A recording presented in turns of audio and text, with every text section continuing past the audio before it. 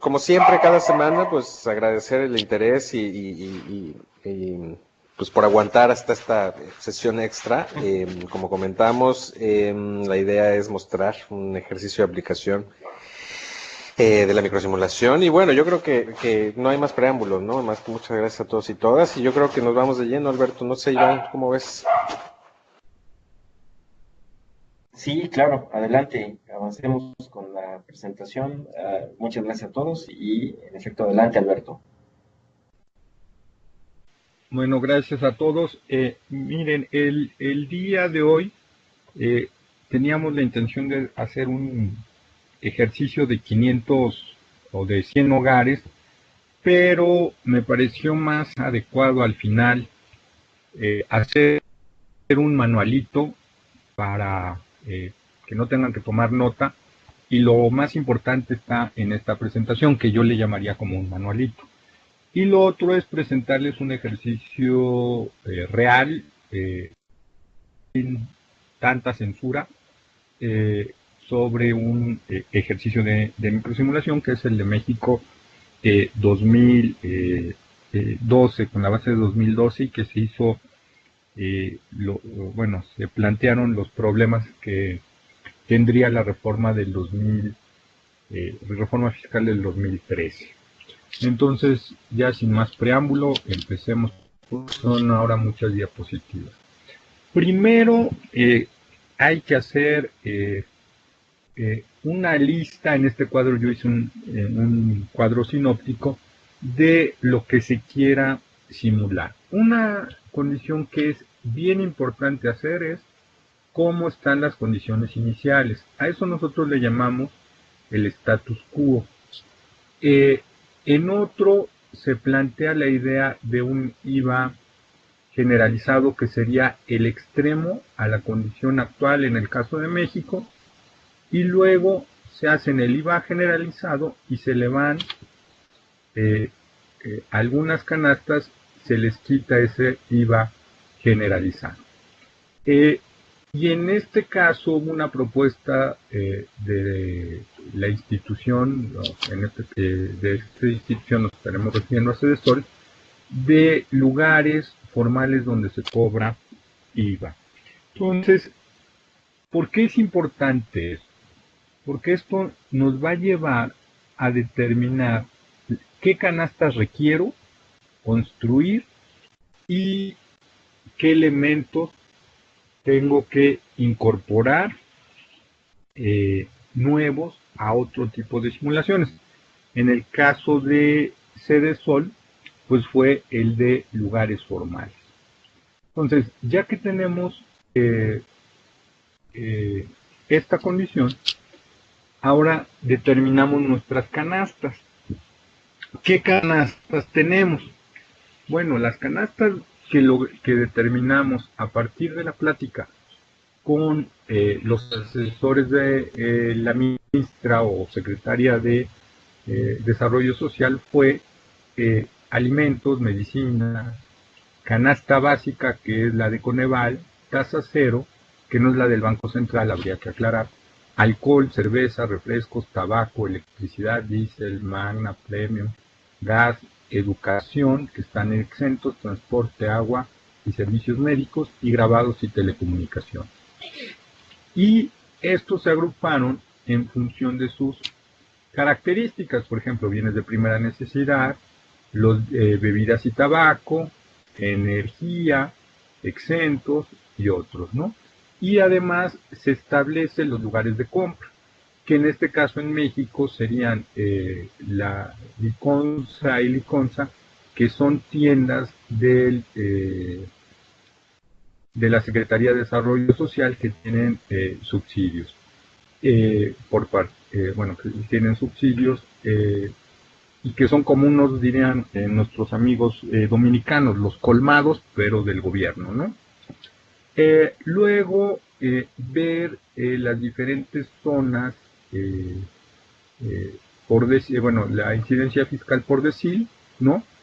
Y aquí aclaramos, por ejemplo, entre la zona fronteriza y el interior del estado, y los cambios en desigualdad del coeficiente de Gini y la pobreza por ingresos. Y ya con esto podemos nosotros comenzar a trabajar. Ahora, ¿qué es lo primero que tenemos que hacer? Es bajar los microdatos de la encuesta que te proporciona el INE. En el caso de México, te presenta todos estos archivos que pertenecen a la encuesta. Son alrededor de 13, hay veces que bajan a 11, luego lo suben a 12, luego lo aumentan a 14, en los últimos se ha mantenido en 13. En el caso de México, te la llegan a presentar los archivos en DBF, en Stata, en SPSS y creo que en las dos últimas ya te lo ha llegado a presentar en R. Y te presenta unos archivos que están en PDF que te permiten ver la parte del diseño muestral, qué temas se tienen en la encuesta y los resultados de la encuesta. Pero para nosotros, en el momento que estamos trabajando con microdatos, lo que nos sirve es conociendo la base de datos del año correspondiente. No, difícilmente vamos a poder trabajar una encuesta de ingreso-gasto de los hogares de 2014 o 2016 con el manual de Conociendo la ENIG de 2008, porque llega a haber cambios, algunos muy sutiles, y que de repente, si nosotros no tenemos la encuesta adecuada, pues vamos a tener problemas, ¿no? Y sobre todo para entender qué se hizo y qué se dejó de hacer en cada encuesta. Entonces, nosotros bajamos la información en DBF y es muy fácil en DBF lograrla trabajar en el Excel. Si es ahora con Stata, ya también nada más puedes copiar las columnas y pegarlas en el Excel. Ya no necesitas el Stata Transfer que anteriormente se requería para pasar archivos de Stata a Excel. En algunos países me he encontrado con un pequeño obstáculo, que es el que no tienen conociendo la base de datos.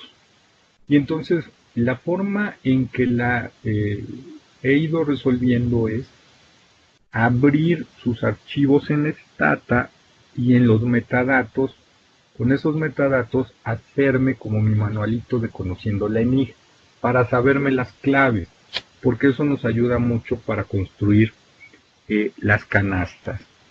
Miren, uno de los elementos que te presentan la encuesta, no voy a presentar los 900 datos, te da la clave del ENIG y te dice qué bien es, o la descripción de ese bien. Nosotros en México sabemos, bueno, lleva mucho tiempo, que la 004 es tortilla de maíz, ¿sí? Y esto es lo que te da la lista. Esta lista te la proporciona la encuesta de ingreso-gasto de los hogares del año correspondiente. Pero ellos los agrupan en función, por ejemplo, de todos estos bienes que ustedes ven acá, son productos de maíz. Y todos estos productos que ven acá son productos de trigo. Y si ustedes ven acá, empiezan a ver la carne de vaca o de res o de ternera, como le quieran llamar.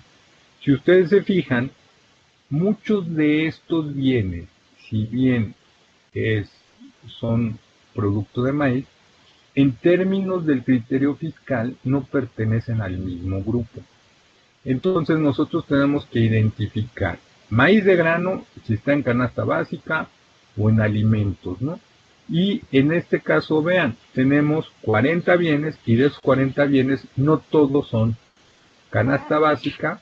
Hay algunos que son canasta básica, otros que son alimentos y otros que ya en un ejercicio que hice reciente para el caso de México, ya contemplé canasta básica que tienen además el impuesto de alto contenido calórico, o en su caso alimentos de alto contenido calórico, ¿no? Pero que no pertenecen a la canasta básica. Entonces, si ustedes se fijan acá, ya por lo menos tengo 4 o 5 canastas diferentes. Y esas nos van a servir para poder ir construyendo todas nuestros grupos y nuestras canastas. ¿Por qué tenemos que hacer esto? En algunos países tienen tal detalle en su encuesta que sería muy difícil ver todos y cada uno de los bienes en una columna. Por ejemplo, República Dominicana reporta 2.500 bienes en la encuesta que me tocó trabajar, y difícilmente eso lo pueden ustedes ver en una hoja de Excel, aún en el más reciente. Entonces, por eso tenemos que hacer este ejercicio de las canastas. Vean aquí, ya hice yo un cuadro para sintetizar. Vean, los grupos de primera necesidad, que están compuestos por alimentos, canasta básica, medicinas y tasa cero, encuentran ustedes que en alimentos la conforman todas estas claves de alimentos.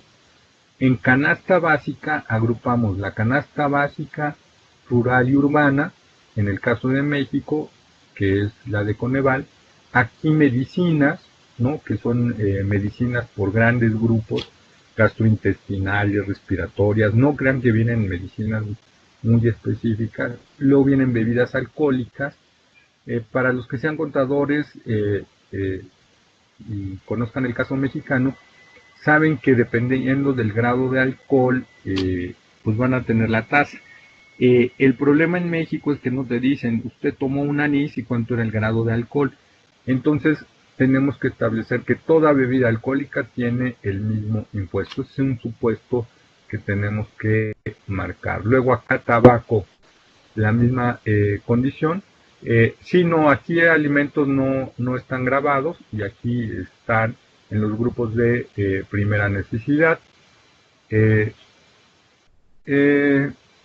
Luego ustedes tienen aquí, si ustedes observan, el caso de energéticos. Cada canasta pues es un tipo de bien, ¿no? Esto es muy fácil de construir. Lo complicado de construir de repente son estas canastas que tienen muchos bienes, ¿no? En el caso de México, si entiendo tu pregunta, Alejandra, en el caso de México los alimentos no están grabados.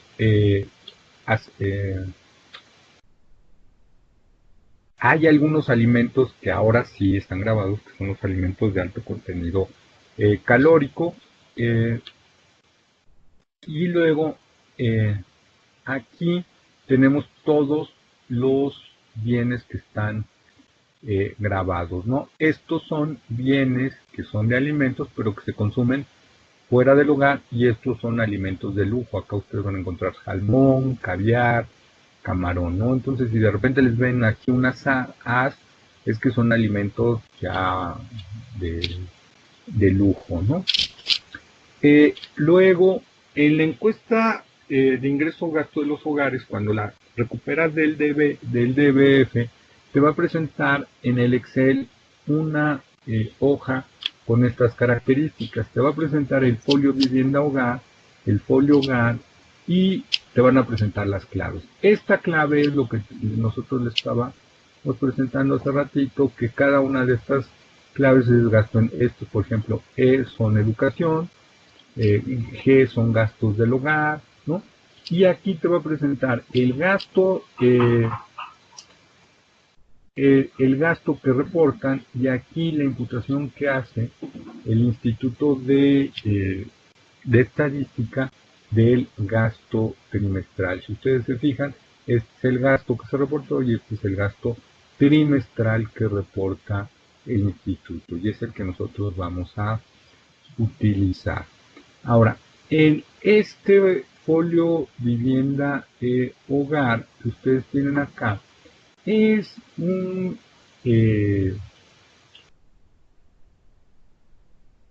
una variable que nosotros determinamos a partir del folio vivienda y del folio hogar. ¿Por qué?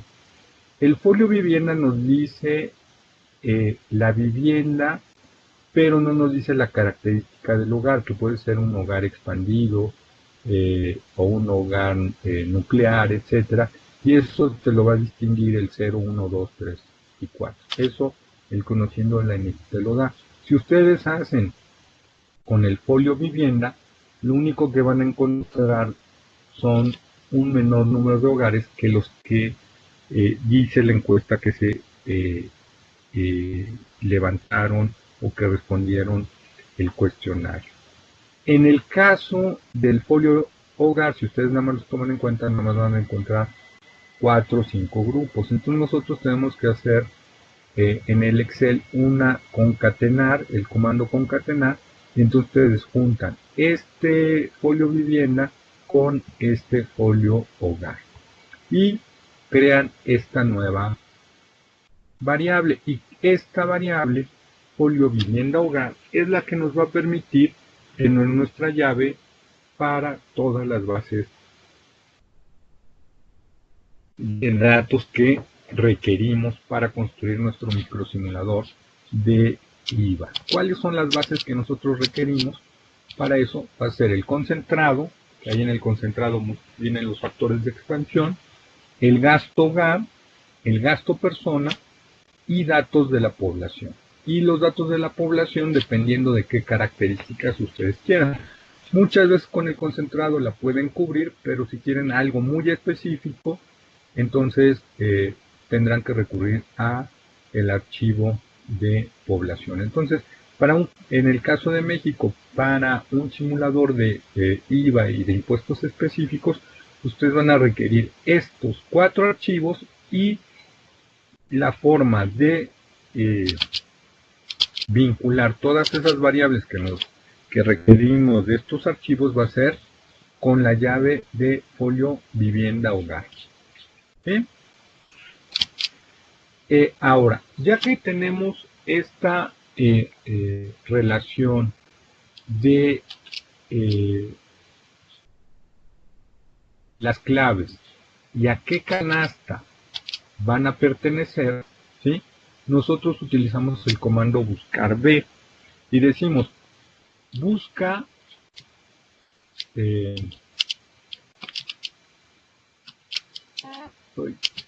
ya se trabó esto. Ya se trabó.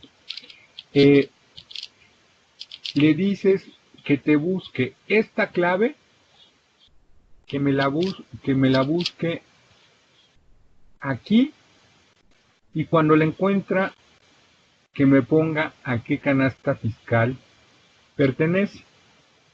Y entonces acá nosotros vamos a dejarle una columna nueva en donde nos diga a qué grupo o a qué canasta, perdón, pertenece este bien. Ya que hacemos eso, lo que nosotros podemos hacer es las tablas dinámicas en el Excel. Perdón, yo siempre creo que aquí están viendo ustedes mi mouse cómo se mueve. Y ahorita acabo de recordar que necesito ponerles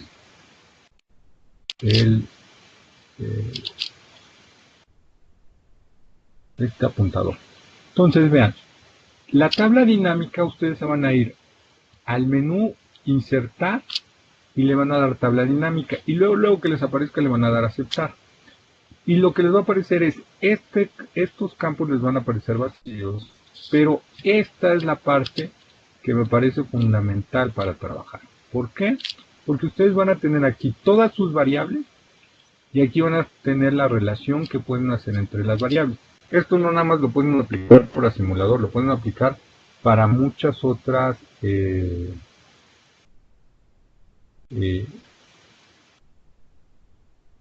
cosas que tengan que realizar en su trabajo. Entonces, ustedes pueden encontrar aquí el folio vivienda hogar, y este folio vivienda hogar lo seleccionan y lo van a poner en la parte inferior derecha, ¿sí? Perdón, izquierda de este plano cartesiano que ustedes pueden ver acá, ¿sí? Y luego van a buscar la clasificación que ustedes tienen de canastas y la van a poner en el superior derecho, ¿sí? Y luego buscan ustedes aquí la suma de, el gasto trimestral y lo van a poner en el inferior derecho, ¿sí? De tal manera que lo que les va a dar el Excel va a ser el hogar, ¿sí? Cuánto está consumiendo en gasto trimestral, que tiene que ser la suma de cada canasta. Si ustedes se fijan, este hogar consume 771.42 pesos trimestrales en alimentos, mientras que este hogar consume en canasta básica 424.28 de canasta básica y 77.13 en alimentos. Si ustedes se fijan, este hogar automáticamente es un hogar pobre en México, ¿no? En cambio, este hogar consume en canasta básica, ¿no? Consume 5,052 pesos. Sí es un hogar también pobre, pero no tan pobre como este que acabamos de revisar, ¿no? Entonces, aquí ya ustedes tendrían una base de datos, ¿sí? En donde tienen a todos los hogares que te reporta la encuesta y todas las canastas fiscales que ustedes han definido, ¿no? Entonces, lo que nosotros ya hicimos fue relacionar todas estas canastas con el hogar correspondiente que nosotros establecimos con el folio vivienda hogar. Ahora vean, para el simulador, ya que empezamos a tener todos estos datos, abrimos una hoja de Excel y en la hoja de Excel abrimos en el archivo de Excel abrimos 4 hojas. La primera le vamos a llamar presentación, la segunda le llamamos datos, la tercera simulador y la cuarta resultados. Miren, en la hoja de presentación lo que ustedes van a poner ahí es todo lo que tienen de datos de la ley fiscal actual, que en el caso de México teníamos, antes de 2013, teníamos un IVA para el interior y un IVA para la frontera. Y nosotros habíamos determinado, junto con Cedesol, todas estas canastas. En este caso, había un diferencial entre el IVA del interior y el IVA de la frontera, ¿sí? En este caso, estos que tenemos acá, les voy a cambiar el color para que lo distingan. En rojo vamos a tener lo que está vigente, y en verde estaría yo marcando toda la parte de aquí hasta aquí abajo que nosotros queremos simular. En este caso quisimos simular un escenario de un IVA generalizado al 16% y en la frontera que tuvieran un IVA de un punto menor al del interior con un 15%. ¿Sí? Eso es lo que nosotros en este plantilla que copié, es lo que nosotros estábamos estableciendo. Y aquí los IEPS o impuestos específicos que había para México. Acá no hicimos ningún cambio. Y luego acá está lo que pidió la institución, los famosos lugares de compra para el caso de México, y ver cuánto se pierde en el sector informal en términos de la recaudación de IVA. Esta hoja de presentación muchas veces la van a encontrar en los simuladores y en otras van a estar ocultas para evitar que algún usuario le meta mano y entonces nos genere problemas en el simulador. Por eso de repente se les presentan unas plantillas en donde ellos cargan de manera más amigable y la hoja de presentación la ocultamos.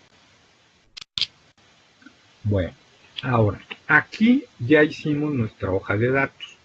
En nuestra hoja de datos, lo que nosotros hacemos es poner todas nuestras variables socioeconómicas que nos parecen importantes, porque luego con estas podemos relacionar algunas cosas.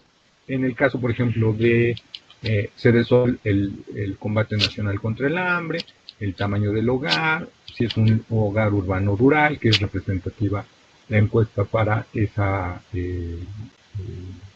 variable, ¿no?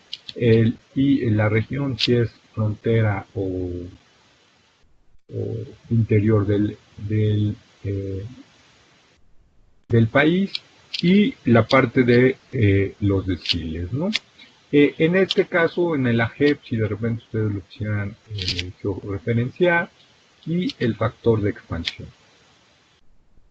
Luego acá ustedes van a tener el alimento, cada canasta y sus lugares de compra. Acá hacemos un doble cruce en la encuesta, en las tablas dinámicas, ¿no? Bueno, ya que tenemos eso, pasamos a la hoja de simulador, y en la hoja de simulador, ¿sí?, lo que nosotros vamos a hacer para este caso del manualito, les puse el mostrar fórmula. Ahorita lo vamos a ver ya en una hoja de Excel, y lo que va a hacer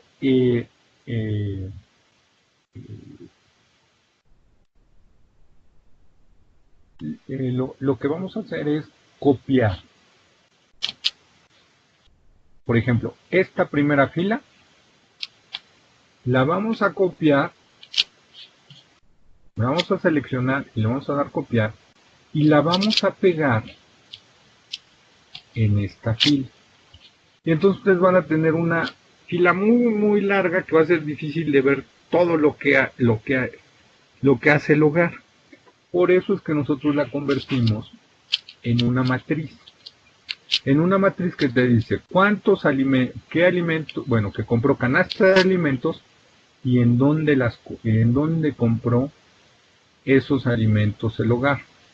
Si compró medicinas, en dónde las compró. Y por eso ustedes van a encontrar acá que en estas celdas del Excel no tenemos números, sino que están vinculados estas celdas con algunas celdas que están en esta primera fila, que es la fila 5. ¿Sí? ¿Todos? Bueno. Perdón, es un hábito de la clase. Ahora, en el caso de México, nosotros no tenemos, como en otros países, encuestas que se realicen en un año, sino que tienen una mayor, se hacen con mayor frecuencia, pero solamente en un trimestre del año. Por lo tanto, no todos o todas las semanas de levantamiento tienen el mismo peso. Por eso es que aquí se dividen, ¿no?, por diferente factor de ponderación, dependiendo de la decena de levantamiento, que esa te la da el folio BIP, es el cuarto de este folio BIP que tenemos acá. El dato que ustedes tienen, este tercer dato, es tu decena de levantamiento. Entonces, dependiendo de ese valor, es lo que pesa tu dato. Y por lo tanto, se divide en 2.99 si es el número 1. ¿Por qué? Porque te preguntan qué consumió en los últimos 6 meses y ahí te toca febrero. Y entonces febrero, al tener 28 días, termina teniendo un menor peso. Y aquí están los otros 6 meses, y en función de esos 6 meses ustedes van ponderando la semana de levantamiento con un menor o un mayor peso. Aquí por condiciones del Excel, pues tuvimos que establecer que si está entre 2 y 4, ¿no? Entonces tiene este mismo peso que si está entre 8 y 9, ¿no? Y 6 y 7, ¿no? Tienen otra ponderación. Bueno, ya que hicimos eso, ahora buscamos cómo quedarían los factores de descuento, que nosotros lo vimos en una presentación hace como 3 o 4 semanas cuando yo les daba la formulita y el factor de descuento. Acá ustedes establecen esa formulita.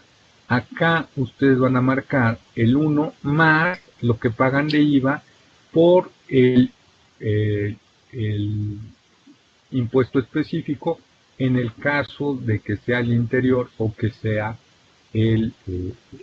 la zona fronteriza, ¿no? Entonces, aquí ustedes van a tener su factor de descuento para poderle quitar el pago de IVA que tienen los hogares, ¿sí? Porque recuerden que lo que declaran los hogares es un bien en el que ellos pagaron IVA, porque el IVA está incluido.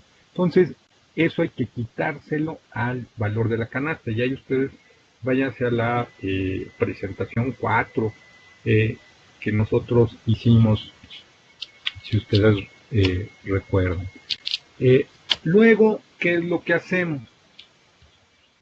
Aquí ya le descontamos el valor cuando lo estamos dividiendo con B43 en el caso de alimentos y lo multiplicamos por 12, le estamos dando el dato anualizado.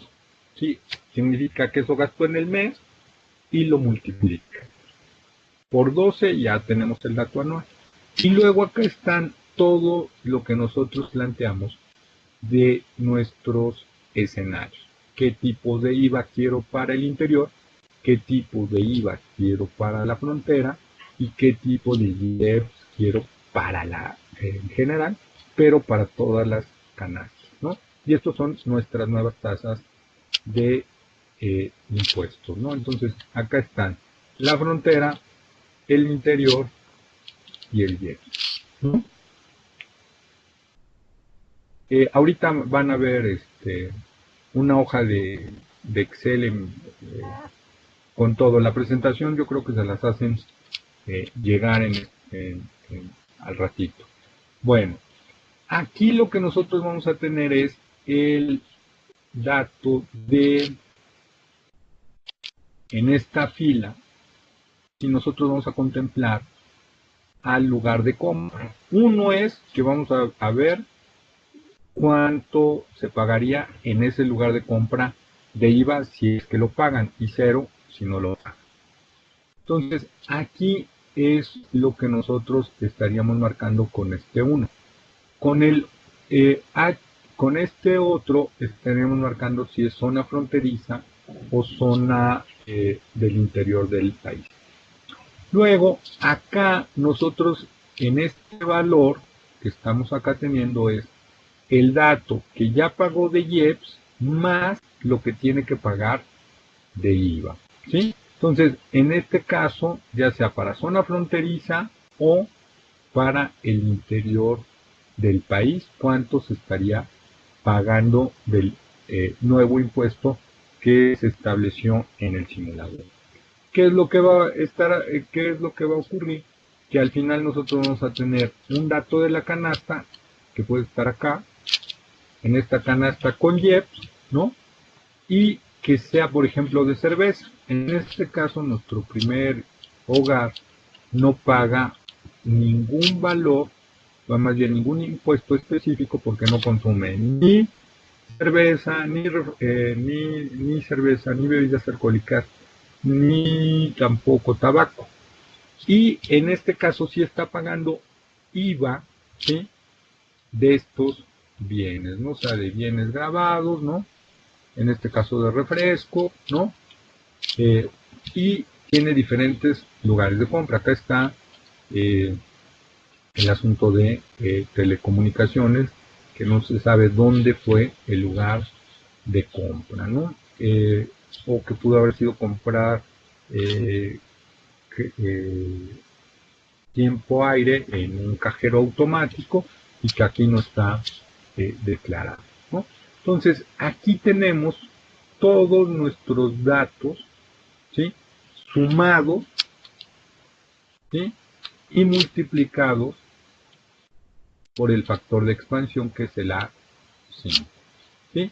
Y ya que tenemos este vector columna, lo vamos a pegar y lo vamos a pegar en la hoja de resultados como un vector fila que se pegará acá, y eso lo hará el simulador el número de veces que la encuesta, el número de observaciones que tenga la encuesta. Bueno, ahora, nosotros este ejercicio lo hacemos una sola vez, pero tenemos que tener mucho cuidado en no equivocarnos en algún procedimiento, porque luego en el caso del Excel, bueno, podemos ver inmediatamente en qué nos equivocamos, pero si ustedes programan en Stata, tienen que correr todo el simulador para ver en qué se equivocaron. Pero aún así en Excel, ustedes pueden estar haciendo todo el simulador y no percatarse de algún error, y solamente se percatan de los errores cuando corren ya el simulador. Yo ahorita tengo un ejercicio de un archivo que tiene un error y un archivo que no tiene error, ¿no? Y que uno los va identificando a partir de las corridas de la simulación que uno va realizando. Bueno, entonces nosotros lo realizamos una sola vez y ya luego lo que hacemos es utilizar el Visual Basic, que es con lo que trabaja Excel, y utilizamos este programita que es solamente copiar y pegar, ¿sí? ¿Qué es lo que va a hacer el Excel? Va a copiar una fila, la va a pegar en la fila 5 que nosotros habíamos establecido, y como todas nuestras celdas están vinculadas, al final el Excel lo que va a seleccionar es copiar esta columna y la va a pegar en transponer y en valores acá, en la hoja de resultados que nosotros ya previamente habremos dejado establecidos todas las variables que a nosotros nos interesen como variables socioeconómicas. Aquí, por ejemplo, en este caso de hogares, ya pegó lo de IEPS, y ustedes pueden ver que este hogar sí consume tabaco, ¿no? Y cuánto están pagando de IEPS estos hogares por tabaco, y aquí por bebidas alcohólicas. Y esto es lo que hace la macro.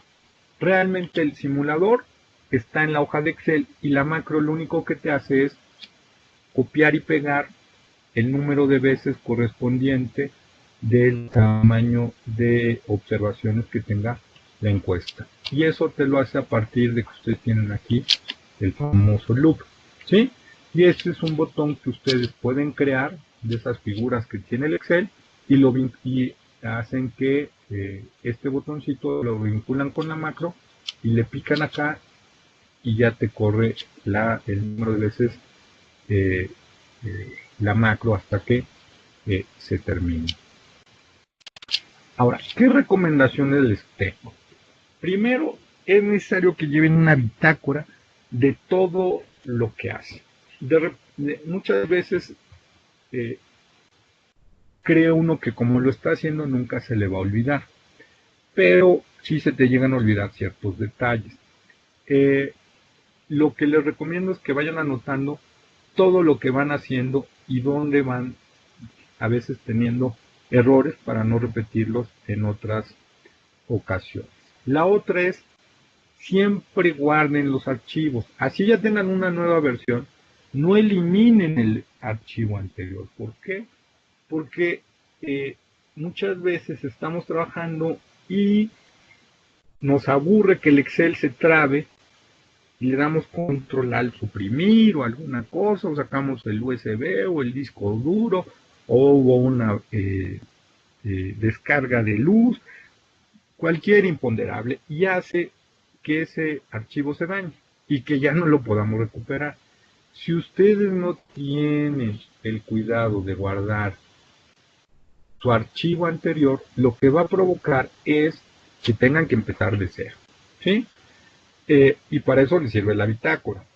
Pero si ustedes van guardando archivos anteriores, ya no tienen que empezar de cero, sino que se pueden ir a el archivo anterior, que en este caso, por ejemplo, vean, yo los tengo numerados, 223, si 223 no me funciona, me voy a 221, y si tampoco me funciona esto, me puedo ir a 222, y si no me funciona esto, me puedo ir a 21, ¿sí? Y si no me funciona este, me puedo ir a 20, ¿sí? Y entonces, vean, no tengo que empezar de cero, que empezar de cero tendría yo que irme a este archivo, ¿sí? A construir desde este archivo. Entonces, eso va a hacer que me tarde más a la hora de hacer o de entregar resultados de micro simulación. Ahora, ¿qué otra cosa requieren? Es de mucha paciencia. ¿Por qué? Porque los equipos con los que trabajamos no están pensados para trabajos con bases de datos tan grandes en un software como Excel. Por lo tanto, muchas veces la memoria RAM se va a saturar. El Excel, cuando está haciendo el copiar y pegar, no crean que copia y pega inmediatamente en la hoja de resultados. Lo que hace es copiarlo y pegarlo, pero en la RAM. Y cuando ya termina de hacer todo el proceso de copiar y pegar, es que lo pega en la RAM.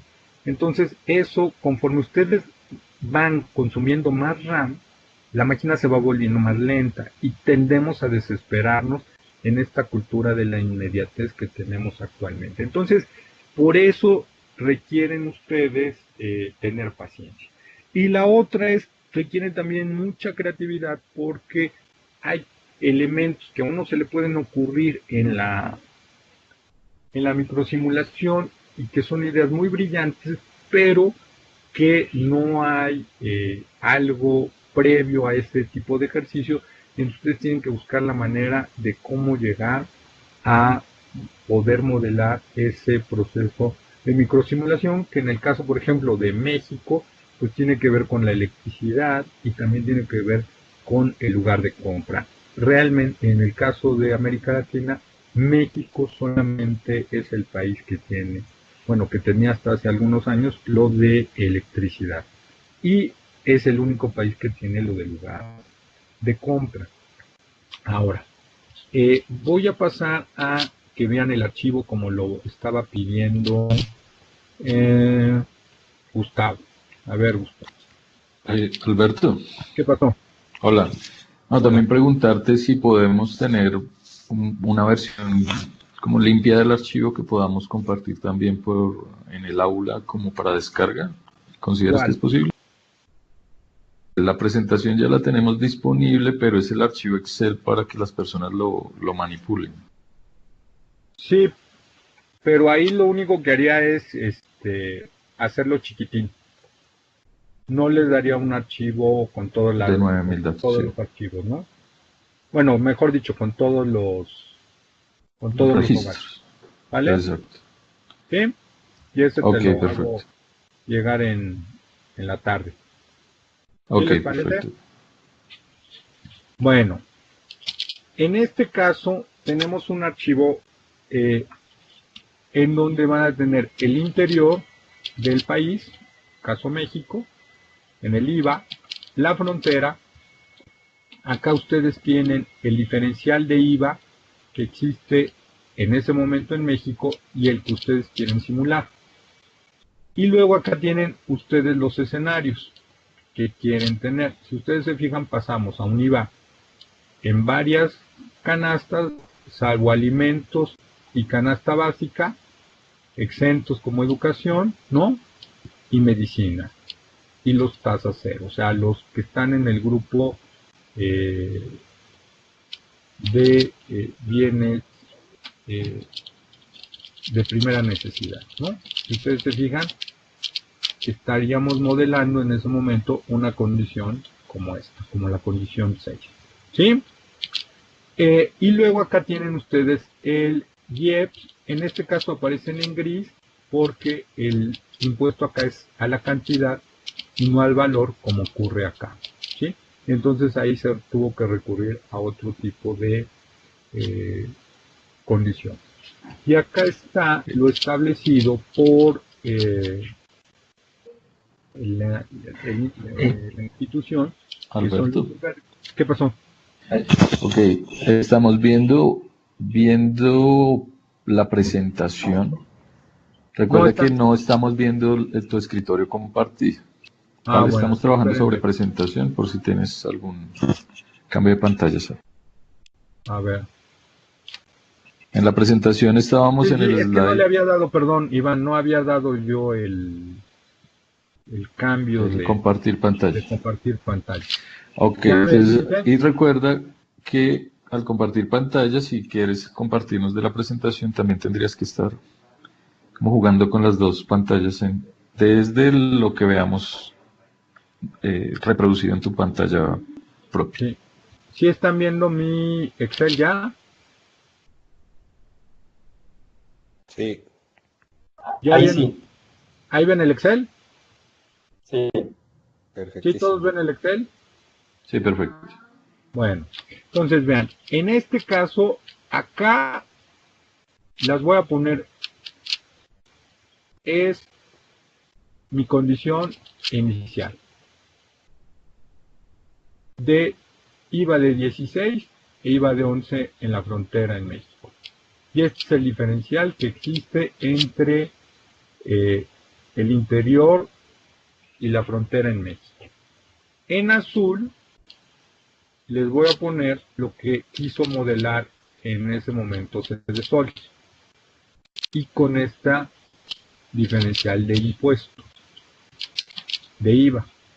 Acá tenemos los IEPS de cada canasta correspondiente y como yo les decía hace un momento, en este caso están en gris porque son impuestos a la cantidad, que es la formulita que se les planteó en la presentación 4, que se tuvo ahí algunas formulitas.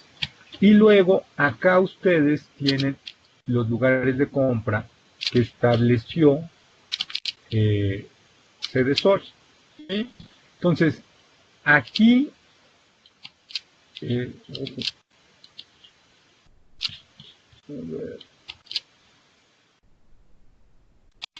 no me está reconociendo ahí el amarillo. Bueno, y aquí tienen ustedes ya los impuestos a la gasolina como impuestos a la cantidad y cómo se puede calcular el subsidio y los escenarios. ¿Sí lo ven todos, Iván? Bueno. Sí. Hola, Sí. sí, estamos Sí, ¿Sí viendo lo el están viendo? slide. Sí. Sí, la Bueno. hoja de presentación, ¿verdad? Sí, estamos en Excel. Perfecto, sí. Sí, perfecto. Bueno, ahora vean. En este caso ya nos pasamos a la parte de datos. Vean, acá tengo el factor de expansión, que es una variable fundamental. Y luego acá está nuestro folio vivienda hogar, que es nuestra llave para haber relacionado todas nuestras bases de datos proporcionadas por el INE. Bueno, el INEGI en el caso de México. Entonces, aquí tienen ustedes toda la canasta de alimentos con todos los diferentes lugares de compra donde se realiza dicha actividad de adquirir alimentos. Y acá ustedes pueden ver que se compran básicamente en el cuarto, en la clave número 4, que ustedes aquí en el simulador pueden ver 1, 2, 3, 4, que son en tiendas de abarrotes, ¿sí? ¿Qué es lo que ocurre acá? Vean, cuando nosotros construimos esta base de datos, nosotros tenemos una base de datos de estas dimensiones. Es bastante grande y de repente leer los datos a nivel de fila se va a complicar mucho, sobre todo para ir viendo el comportamiento de los hogares, ¿sí? Entonces, lo que vamos a hacer nosotros es seleccionar un hogar y lo vamos a copiar y lo vamos a pegar en la hoja de simulación. En la hoja de simulación, lo que vamos a hacer es pegarlo acá y ya que lo pegamos, hace los cambios en esta matriz. En esta matriz, que era la que yo les platicaba hace ratito, nos va a decir, ¿no?, cuánto compró de alimentos y en qué lugar los compró, ¿sí? Que es la matriz que yo les presentaba aquí en... ¿Sí se ve la presentación? Bueno, que yo les daba aquí en la presentación y que yo les había dicho en datos,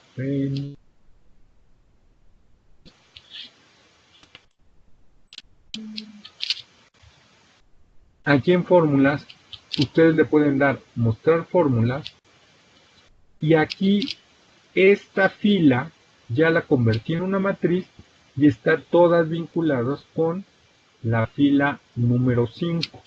Si ustedes quieren pueden ver la fórmula y también rastrear todos los precedentes y ustedes pueden ver que de ahí se copió esta, la siguiente se va a copiar la siguiente el siguiente campo y si ustedes le pican acá ustedes también le pueden dar rastrear precedente y es una que está muy al final de nuestra hoja de cálculo, ¿no? Entonces, si ustedes se fijan, es poco amigable en ese sentido esa fila. Por eso es que creamos esta matriz en donde nosotros podemos ver el hogar, es una matriz de hogar, cómo está su comportamiento del consumo de las diferentes canastas. En esta otra es lo que yo les decía de la decena de levantamiento. Acá nosotros estamos haciendo la ponderación de quitarle el peso del trimestre y haciéndolo mensual dependiendo de cuándo, en qué semana se realizó la encuesta, o bueno, más bien se respondió el cuestionario. En este caso tenemos el factor de ponderación y el factor de descuento, perdón, y ese factor de descuento acá nosotros lo estamos estableciendo, ¿no? O sea, el caso del IVA con el IEPS. Como ustedes saben, en el caso de México, cigarros y bebidas alcohólicas son lo que más llegan a pagar de impuesto, ¿no? Y si ustedes se fijan, vean, aquí cerveza paga 1.47 y tabaco paga 3.12 ya cuando contemplan el IVA y el IEPS. En la siguiente celda, que era lo que ustedes tenían en la presentación, nosotros tenemos el caso de eliminar el IVA, que es lo que estamos haciendo acá con B43, y multiplicándolo por 12 para darle los datos anuales, ¿sí? Esta sería la fórmula y sería para cada uno de de las canastas en los diferentes lugares de compra, ¿sí? Ahora, en la siguiente fila vamos a poner todo lo que queremos modelar. Recuerden que acá queremos modelar el lugar de compra, el IVA generalizado, pero además con un IVA fronterizo del 15%, con una diferencia de un puntito entre la frontera y el interior. Y el IEPS, recuerden que no lo modificamos, por eso todo está vinculado a la hoja de presentación. Y luego acá nosotros hacemos el cálculo del IVA y acá hacemos el cálculo del IEPS. Y acá es donde yo les marcaba hace ratito que aquí hay un error, ¿no? Acá tenemos el error del IEPS, ¿no? Que le estamos cobrando a vivienda. ¿Por qué? Porque si ustedes se fijan, en este caso, en el momento de que se hace la modificación de eliminar a los energéticos, generamos el error y a vivienda le estamos imputando el cobro del tabaco. Entonces, esos detalles, ¿sí? Uno se da cuenta cuando ya corre uno el simulador, porque te sale que paga un IEPS, algo que no debe de pagar IEPS, o impuesto específico. Entonces, vean, en este caso, se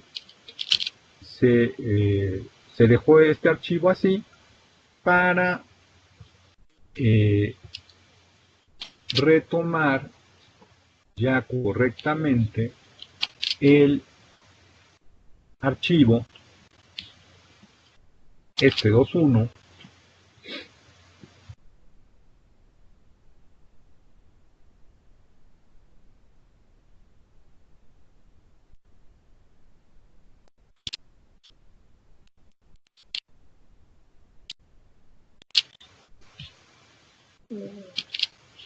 aquí vean, primero, según la ley del IEPS en México, primero se cobra IEPS y aquí ya vivienda se hizo la corrección, ¿ya vieron? Y en el caso de vivienda tampoco paga ¿qué? IVA, ¿sí? Los que sí pagan IVA son los bienes grabados y estos se están pagando tanto en tiendas específicas del ramo y tanto en supermercados y tanto en tiendas con membresía, ¿no? En este caso, en este hogar. Por eso, en este hogar, que es el primero que nosotros copiamos hace ratito, tenemos que no consume nada de IEPS. Más bien, no consume bienes que paguen IEPS. Por eso, nuestra suma va a dar 0. Esta suma es de lo que paga el hogar de IVA, ¿sí? Pero ya este hogar lo que hicimos fue sumar lo que consume el hogar, ¿sí? Lo sumas dependiendo de los lugares de compra, ¿no? Y lo multiplicas por el factor de expansión. Entonces los resultados que ya me va a presentar el simulador son datos de IEPS, un total, o por tipo de canasta, y un IVA total por tipo de canasta, pero ya con el factor de expansión. Y esta base de datos es con la que nosotros posteriormente jugamos para establecer nuestras tablas en donde sintetizamos toda esta información con tablas dinámicas, ¿no? Y eso es lo que se les llega a presentar a los ministros y a los secretarios, pero si ellos quieren algún detalle en específico, nosotros lo podemos automáticamente generar en términos de bebidas, bueno, en el caso de cada canasta, presentar. También ustedes podrían, en este caso, quitar todo lo que es comercio informal y nada más dejar comercio formal y correr esa simulación que fue lo que también se llegó a hacer para el caso de Cedesol. Pero recordemos que ser tan específicos con los ministros o con los secretarios, de repente tanto detalle no nos ayuda mucho porque se pierden entre tanta información y requerimos datos más específicos y concretos para la toma de decisiones, ¿sí? Entonces, esto es lo que nosotros estaríamos haciendo. La macro, ustedes se van aquí a desarrollador, en desarrollador se van a macro, acá seleccionan, por ejemplo, la macro de IVA y EPS, y aquí aparece toda su macro, en donde ustedes tienen su loop y las copias, copiar y pegar las diferentes celdas, y tienen que llamarse simulador, datos y todo, para que esta macro les corra de manera automática. Tienen que respetar los rangos, pero esto ya es en una clase de programación, pero ahí ustedes la pueden aplicar. Y en esta presentación, si se fijan, ya aquí le quité los comandos del botoncito, porque nosotros en esta presentación ya lo que hicimos fue generar, ¿no?, una plantilla que ustedes vieron al principio que se presentó. ¿Qué es esto? Aquí está la primera, que es el sol con PNUD. Acá viene lo del IVA. Esto ya es lo que llega a ver el usuario. Ellos cargan acá los escenarios y se hacen los cambios acá, ¿sí? ¿Qué es lo que va a leer datos? Datos no jala de la plantilla. Acá tienen sus lugares de compra, que ustedes podían darle aquí con el botoncito, ¿no? Y aquí hasta te calculaba el índice de Gini. Bueno, aquí está lo de energía, ¿no? Pero esto ya es una cosa de una plantilla más, pues un poquito más sofisticada, pero ustedes pueden trabajar, si no saben trabajar con esas plantillas, es nada más para que se vea más profesional y se hagan menos bolas a algunos usuarios. Ya me parece pueden ustedes trabajar con, como yo les decía hace ratito, con estos iconos de, creo que ya volví a abrir el mismo, no, con estos botoncitos le ponen aquí el nombre, le pueden picar acá. Si ustedes le pican, aquí te dice el simulador del IVA, ¿no? Y te está diciendo cuántos están corriendo de hogares. O sea, aquí ya hizo el cálculo para 200, bueno, ya 250 hogares que están corriendo de 9000 hogares. Y acá te está diciendo que los está haciendo todos los cálculos. No lo crean que lo está copiando y pegando en su hoja de resultados. Recuerden que ya les comenté que lo guarda en RAM, y ya que lo guarda en RAM, lo pega en resultados. ¿Sí? Y luego les voy a... ¿Cómo le quito compartir pantalla? Bueno, voy a la presentación de nuevo. Sí, fíjate en la parte superior, dice detener la presentación y vuelves e ingresas. Pero, mira, ya mejor me voy aquí directamente al Power. Ok.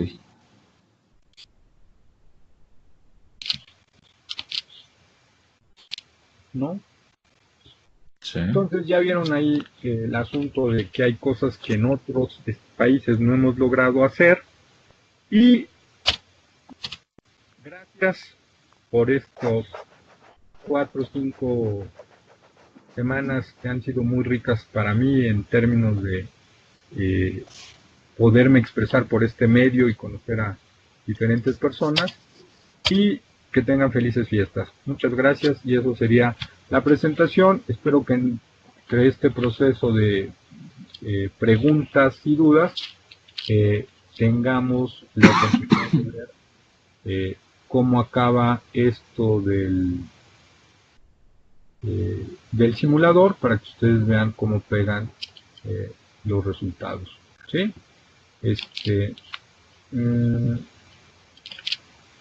Listo. Iván, bueno, Iván, Lalo. Gracias, Beto. Sí, Gracias, perfecto.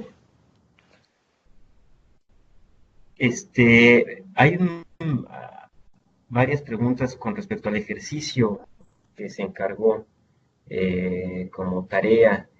Entonces, no sé si este sería un momento oportuno para responder algunas de las dudas rápidamente al respecto. Parece que sí. De hecho también tenemos un concentrado como solicitamos, con algunos cuestionamientos. Entonces, si quieres tú, Iván, las que tengan por ahí, menciónalas y luego yo le sigo.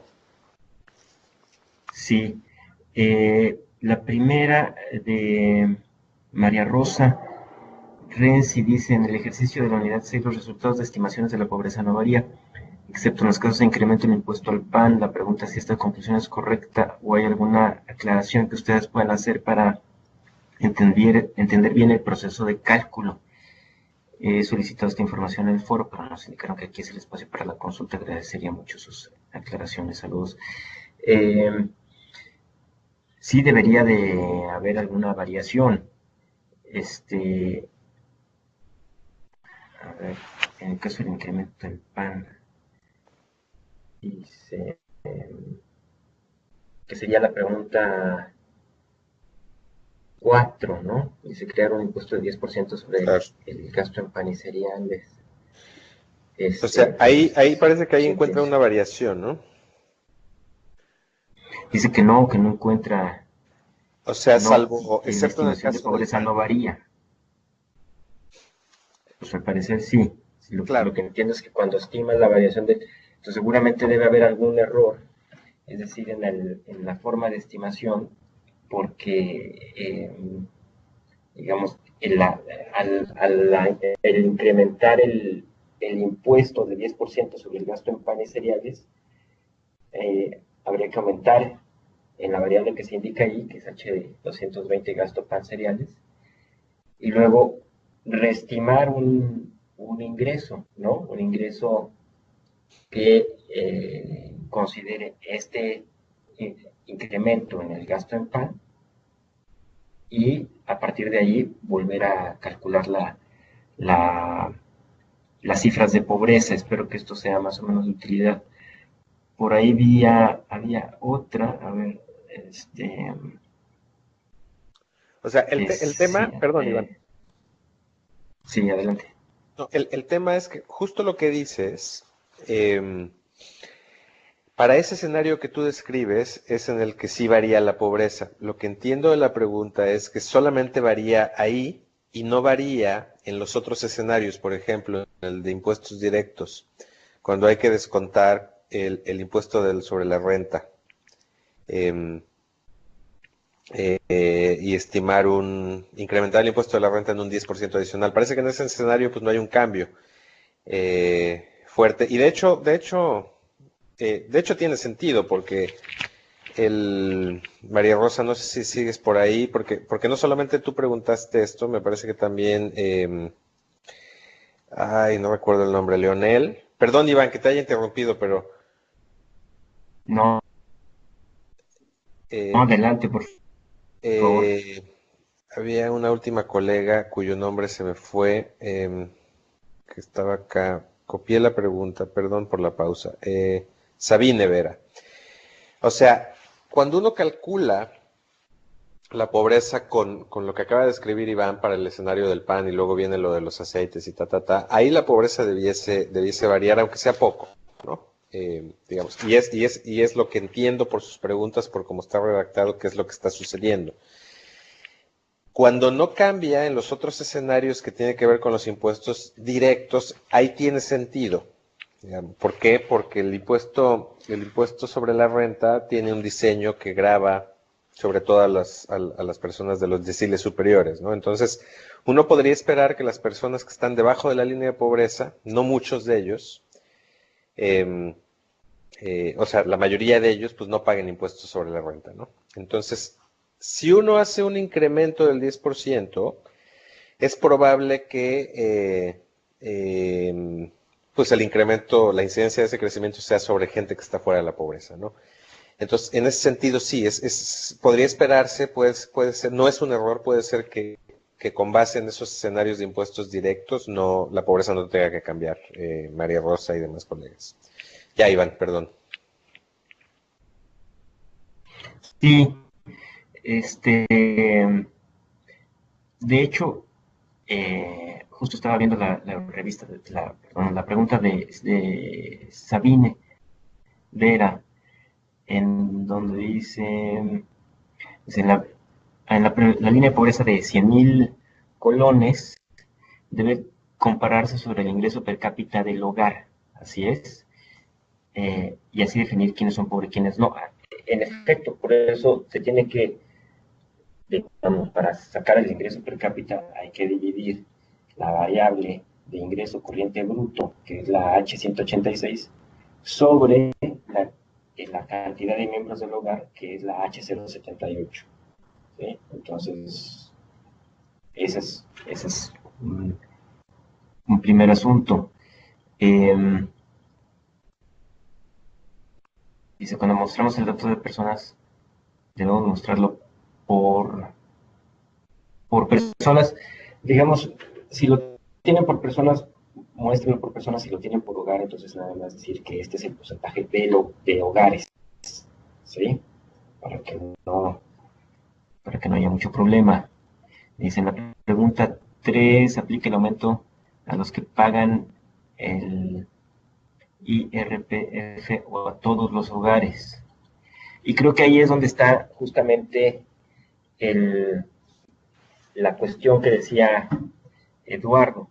Si, digamos, depende de cuál sea la lectura de esta pregunta. Si hacemos un incremento del 10% sobre lo que ya están pagando de impuestos, es muy probable que el 10% adicional de impuestos no se vea reflejado en un aumento en las cifras de pobreza si los impuestos ya se cobran únicamente al sector que está fuera de la línea de pobreza. Sí, pero ojo, aquí también dice incrementar el impuesto de la renta en un... no sé cuál es la pregunta, pero dice en un 10% adicional sobre el ingreso bruto de cada hogar. De cada hogar. Si es sobre el ingreso bruto de cada hogar, entonces ahí el cálculo es diferente, ¿no? Habría que calcular un impuesto de 10% sobre el ingreso bruto de cada hogar y sumarle el monto de lo que ya está pagando de impuestos. Y ahí seguro que sí aumenta la pobreza, ¿no? Claro. Entonces,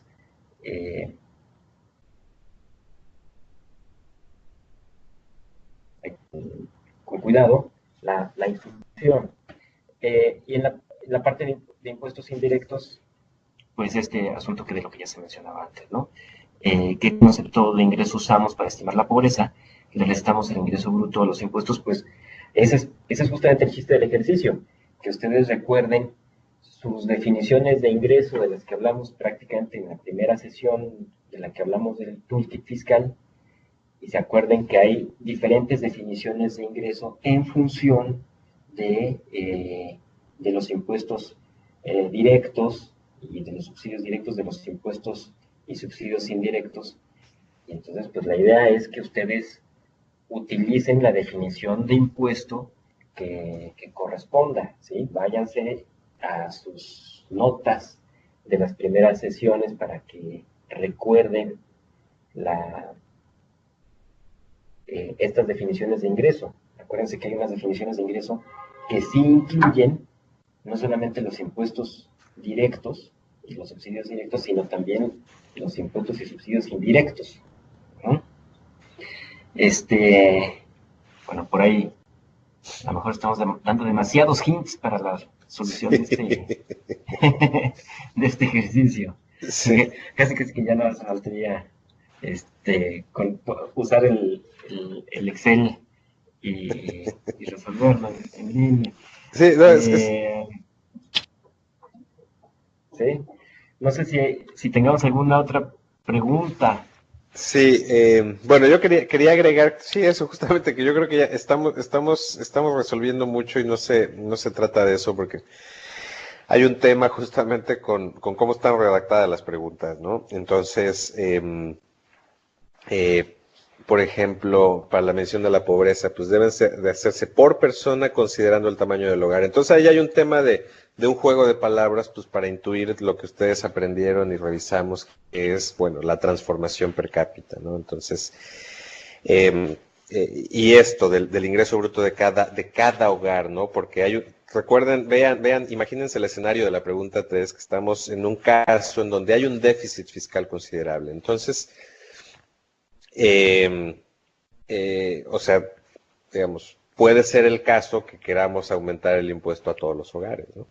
No solamente a los que están pagando. Entonces, de ser así, justamente como explicaba Iván, pues la pobreza, ese escenario podría muy probablemente cambiar, ¿no? Entonces, eso, María Rosa.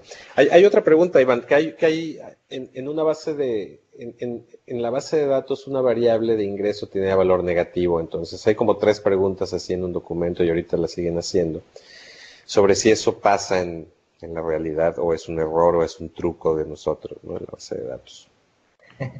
Sí, yo también vi la pregunta, pero la verdad es que no encuentro muy bien a qué se refiere, porque digamos, la parte más importante del ejercicio en este caso es la variable H186, que es la de ingreso bruto del hogar, y esa, a menos que, digamos, tengo abierto el Excel en este momento, y digamos, no veo ningún valor en negativo.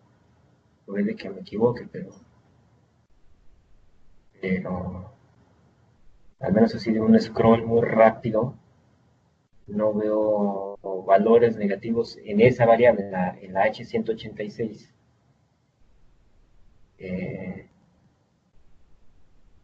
A ver. En el formulario, dice en el formulario 2420 aparece en la base el valor negativo. La H186 ingreso corriente bruto tiene negativos. A ver. Bueno, hay una pregunta también por ahí, no ya de la tarea, porque la verdad están viendo, como dirían acá en México, muy barcos, están resolviendo las preguntas. Miren, hay una parte acá de evasión y de una pregunta sobre como cuestiones de elusión y evasión fiscal. Esa sí ya es complicada de hacer porque más bien de modelar, porque la encuesta sí te llega a preguntar si pagan o no impuestos, y cualquiera va a responder que sí, sí pagan los impuestos aunque no lo hagan. Bueno, en el caso de México, el INE hasta hace algunos años dependía de la Secretaría de Hacienda, y hay paranoia de que se pudiera cruzar información, entonces por ahí no creo que sea muy confiable el asunto de la evasión fiscal.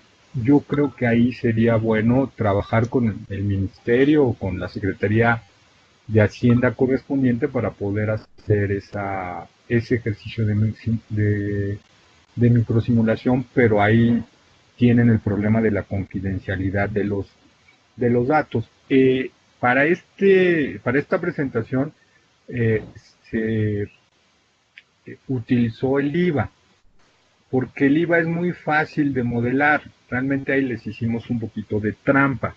Si ustedes se quieren ir a la parte del ISR, el ISR, justamente parte del ejercicio que les dejamos, tiene en muchos países el asunto de que se declara de manera individual y no en términos del hogar.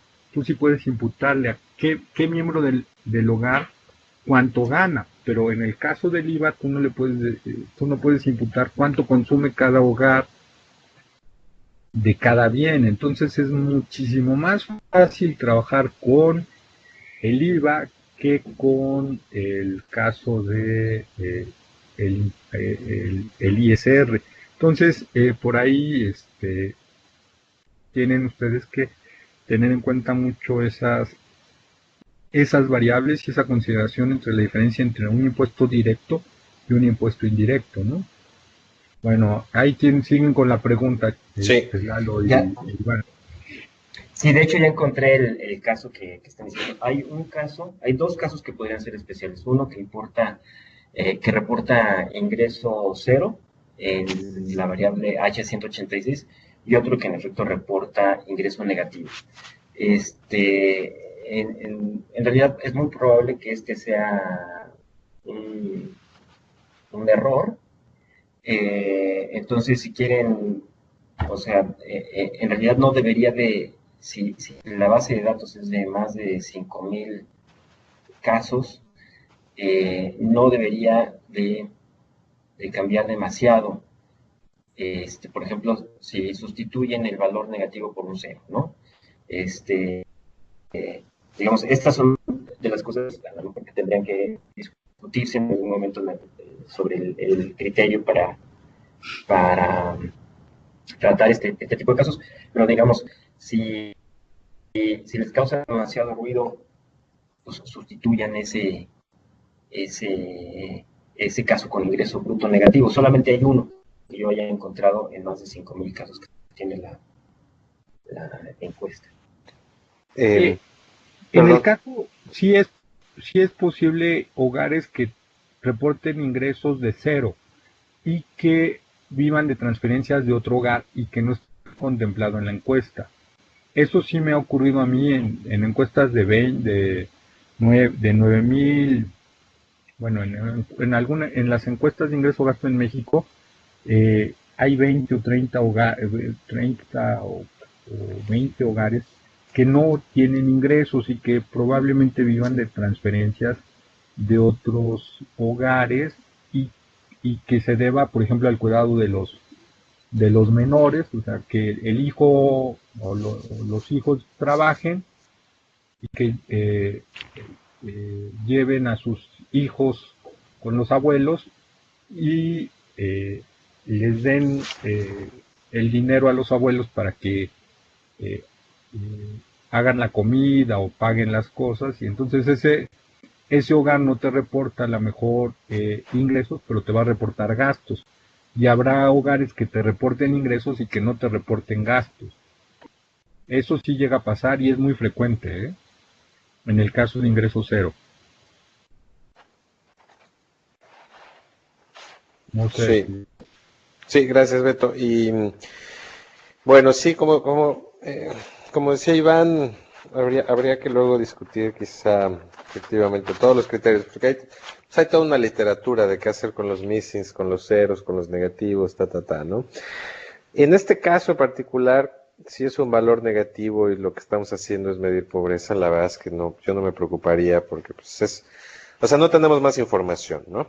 Es un valor negativo que podríamos sustituir por cero, y cualquier valor negativo o cero, pues es menor a la línea de pobreza, pues no, digamos, va a ser considerado pobre, ¿no? Entonces, digamos, en este caso particular no va a afectar mucho. No podemos considerarlo no pobre, pues porque no tenemos mayor información. Podríamos considerarlo missing.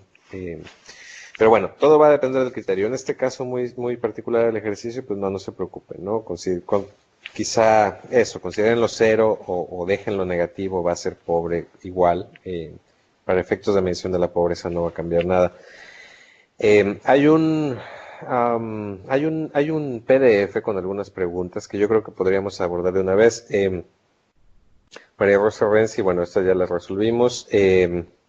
Carlos Germán Cortés Arroyo de Costa Rica. Bueno, es una pregunta que parte de que, bueno, hacemos las microsimulaciones con base en encuestas que ya existen. Sí, no las construimos para modelar, lo que sí hacemos es modificarlas. Y si no tienen información que necesitamos, bueno, como revisamos en las unidades, hay que hacer uso de información externa, entonces por lo tanto imputar y simular. Entonces la pregunta puntual es, ¿los individuos que están haciendo la microsimulación deben tener criterio y conocimiento para efectuar la imputación y simulación? Sí, digamos, la respuesta es sí. En parte es, Bueno, el consultor idealmente debería tener conocimiento de las técnicas de imputar o simular, ¿no? Como punto de entrada. No necesariamente sobre la información de un determinado país si no conoce el país. Por eso es importante apoyarse de un equipo local que tenga acceso a la información, que sepa cómo funcionan las reglas, las tasas, etcétera, para entonces el consultor pues poner en práctica con esa información el método que considere más apropiado, ¿no? Entonces, digamos, sí, hay que tener un conocimiento ex ante sobre las técnicas, y si está trabajando sobre un caso conocido, bueno, pues sí, digamos, sobre las leyes y las reglas que van a determinar un poco el método que vamos a seguir. Joana Urraburu de Uruguay, la pregunta es si los métodos de identificación de beneficiarios o contribuyentes y sus montos en la encuesta están ordenados de más deseable a menos deseable. Sí, o sea, siempre es preferible utilizar la máxima información que contenga la encuesta o querer comparar diseños. Sí, todo depende del caso, ¿no? O sea, si hay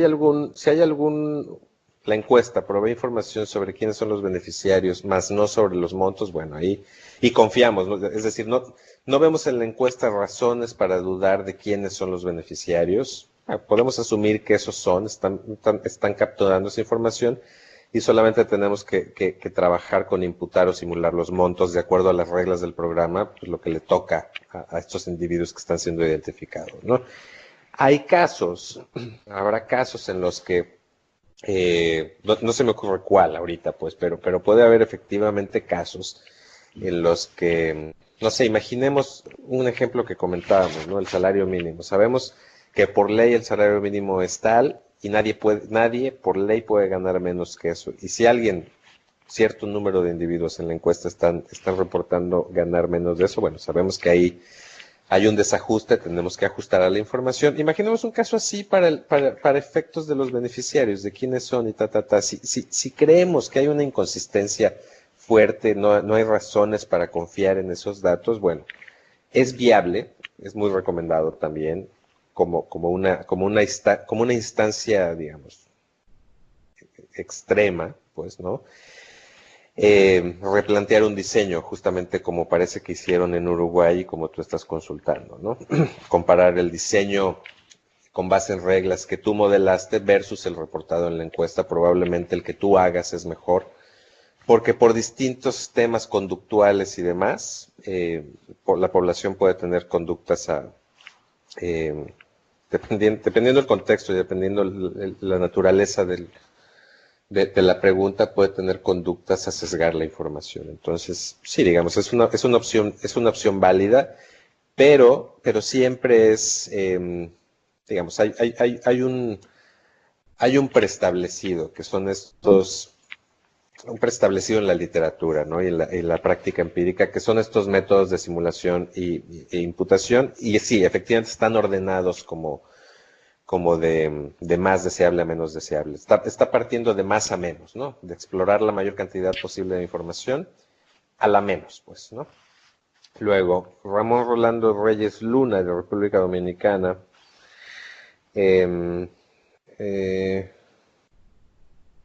Alberto, yo creo que esta es para ti. ¿Sigues por ahí? Sí. Sí, estoy acá.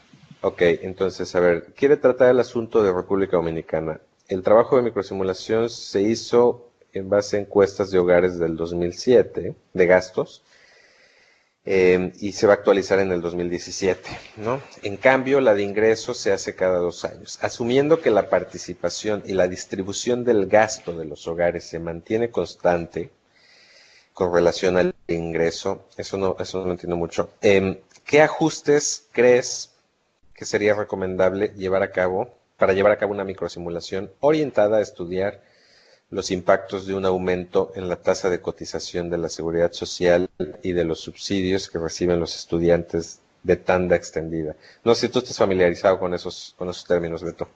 No, la verdad es que a nivel de los chicos no se estuvo trabajando. Mira, una de las cosas que yo estoy tratando de sondear es en el caso de conceptos de economía regional, hay un índice para ver cambio estructural o cambio en distribuciones, y lo estoy tratando de aplicar para el caso del consumo y ver qué tanto ha cambiado, por ejemplo, en México. Y de repente hay canastas que cambian dependiendo, canastas o alimentos que cambian dependiendo del decil.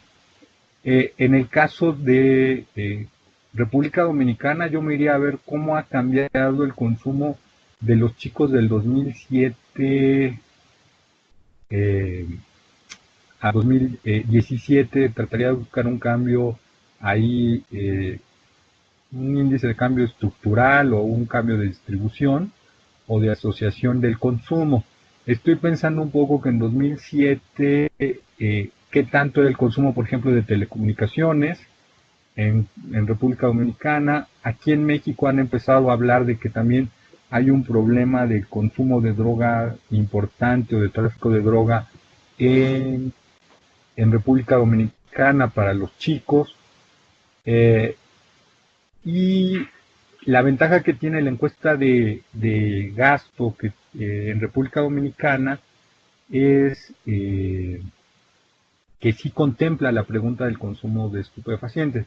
Esa, como tú lo comentabas hace ratito, habría que tomarla con pinzas porque pudiera estar subreportada en el caso de gasto. En el caso de ingreso, el tipo de transferencia, supongo que es una transferencia, esa no la modelamos en ese entonces porque en ese entonces era un tema de una propuesta que tenía un organismo privado sobre reforma fiscal. Habría que revisar los datos y ver qué tanto se podría modelar. En el caso de República Dominicana, hasta donde recuerdo, tenían bastante información en su encuesta con lo que se podría modelar. De República Dominicana fue donde aprendí a hacer esto de las canastas, porque no lo trabajaba yo así como lo hice ahorita en la presentación, y del nivel de detalle que tienen en términos de transferencias. Por ejemplo, en México no tenemos la transferencia de un hogar a otro por pensión alimenticia, y en el caso de República Dominicana también. Entonces, bajo esa información que tengo de República Dominicana, creo que sí se podría realizar lo que él propone. No sé si responda a la pregunta. Gracias, Beto. El mismo colega Ramón pregunta: quisiera saber cuáles son las experiencias existentes en cuanto a las formas de contabilizar las transferencias en especie que reciben los hogares mediante servicios de salud, educación, nutrición. Bueno, ahí sí hay una revisión de metodologías. Te puedo, a través de los colegas de la plataforma, hacer llegar un par de documentos de este proyecto de Commitment to Equity, ¿no? Hay varias formas. Parece que alcanzaron un consenso en cómo monetizar, ¿no? Estos servicios. Es principalmente educación y salud, nutrición, y me parece que el equipamiento escolar es tanto complejo por diversas razones que prefiero no enumerar ahorita por desconocimiento profundo, ¿no? Prefiero compartirte estos documentos.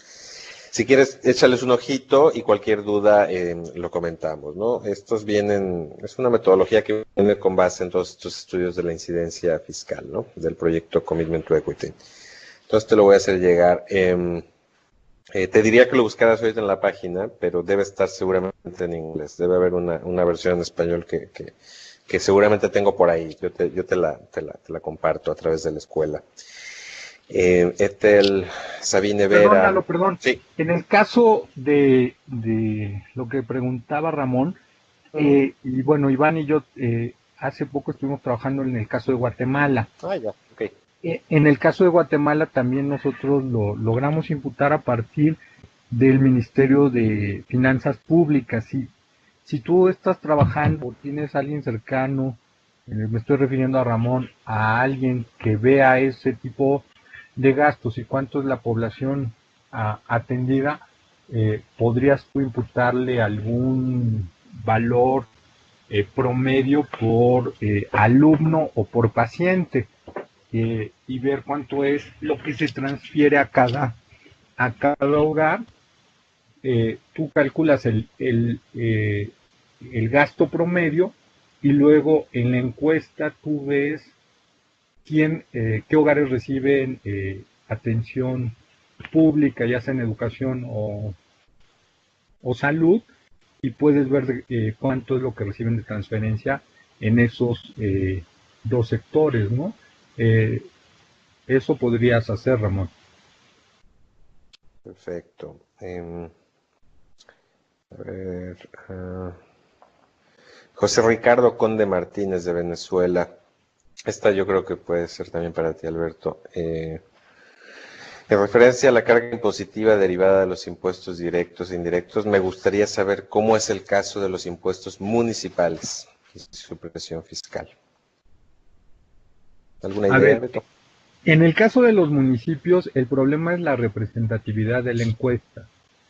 Ahí era lo que decíamos en las primeras sesiones, que hay mucha necesidad de evaluar impuestos municipales, pero que la encuesta no tiene ese nivel de representatividad. Generalmente llegan a nivel de estado o departamento, pero no llega a nivel de municipalidad.